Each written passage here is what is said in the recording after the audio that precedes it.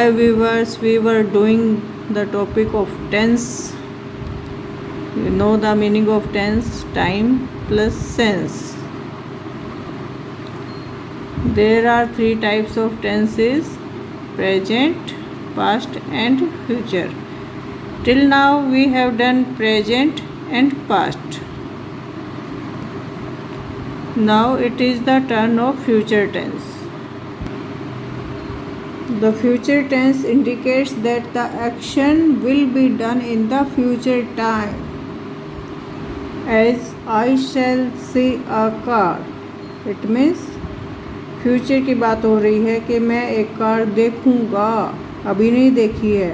Past की बात नहीं है कि देखी थी, या प्रेजेंट की बात नहीं है, मैं फ्यूचर में देखूंगा, आने वाले समय में देखूंगा, तो ये फ्यूचर टेंस है हमारा। As I have already told you that every tense have 4 parts. So future tense also have 4 parts: future simple, future perfect, future continuous, future perfect continuous.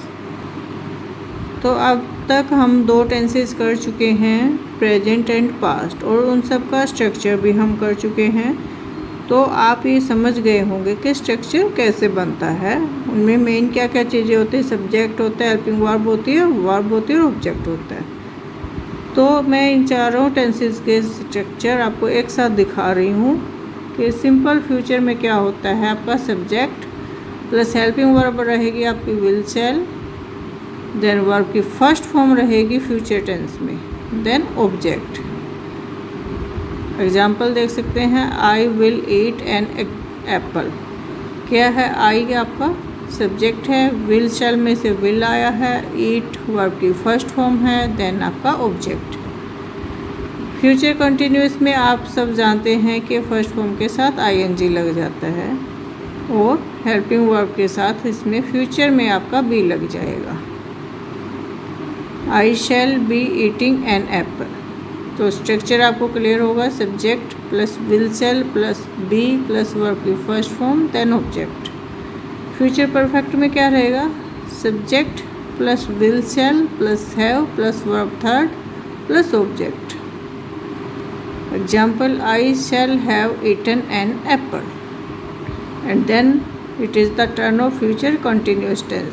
इसमें क्या होगा? Subject plus will shall plus have plus been plus verb की first form plus last में object. I shall have been eating an apple. So I think ये सब चीज़ें आपको समझ आ गई होंगी, ज़्यादा डिटेल में जाने की ज़रूरत नहीं है, क्योंकि 2 टेंस हम कर चुके हैं, और थोड़ा सा ही इसमें आपका हेल्पिंग वर्ब का ही डिफरेंस रहता है। चलिए देखते हैं सिंपल फ्यूचर हम कहाँ कहाँ यूज़ कर सकते हैं। फर्स्ट आपका to predict what we think will happen, के अनुमान लगाने के लिए कि कोई चीज़ कब होगी फ्यूचर में। The festival will last for a week. कोई भी फेस्टिवल है, आप इसके बारे में प्रिडिक्ट करते हैं कि ये 1 वीक तक चलेगा। One day people will travel to Mars. ये भी क्या है? हमारी प्रिडिक्शन है। नेक्स्ट है टू इंडिकेट एन ऑफर और प्रोमिस।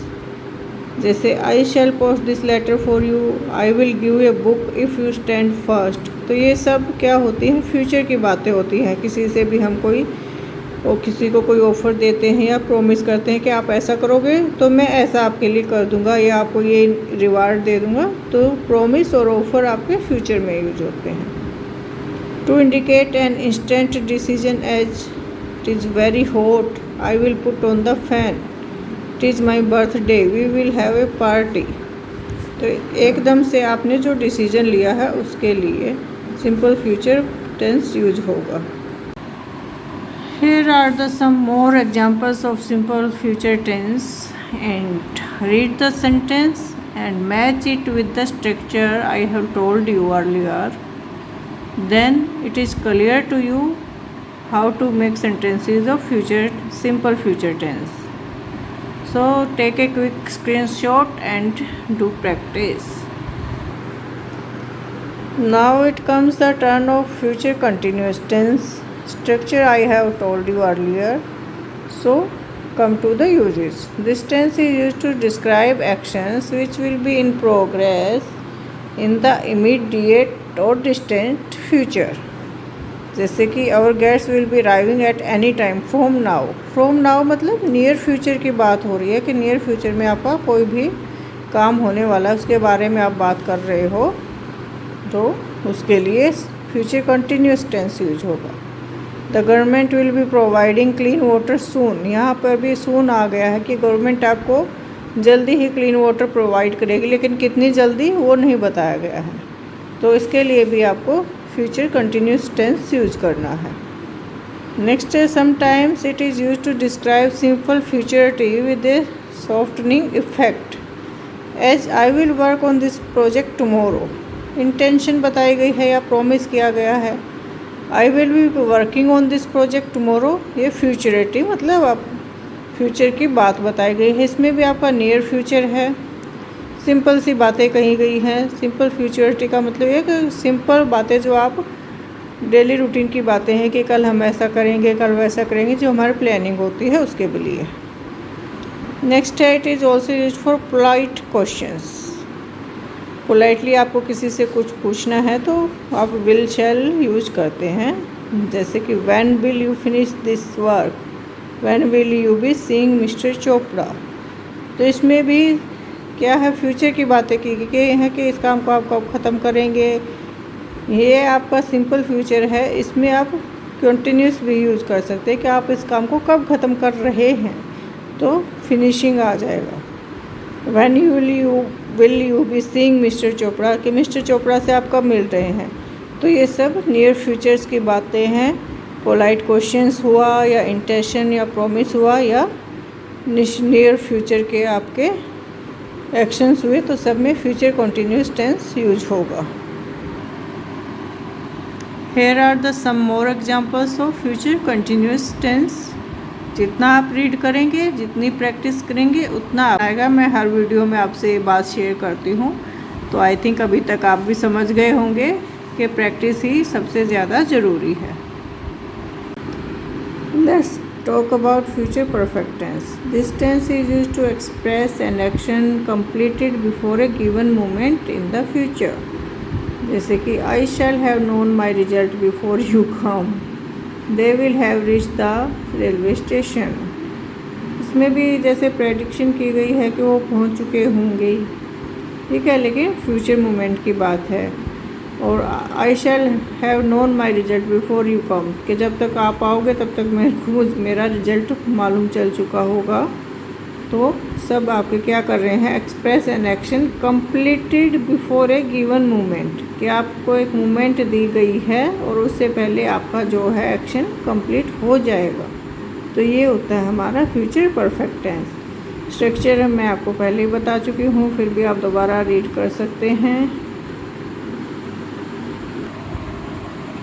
ये आपकी स्क्रीन पर कुछ और एग्जांपल्स हैं फ्यूचर परफेक्ट टेंस के, जिनसे आपको अच्छे से समझ आ जाएगा।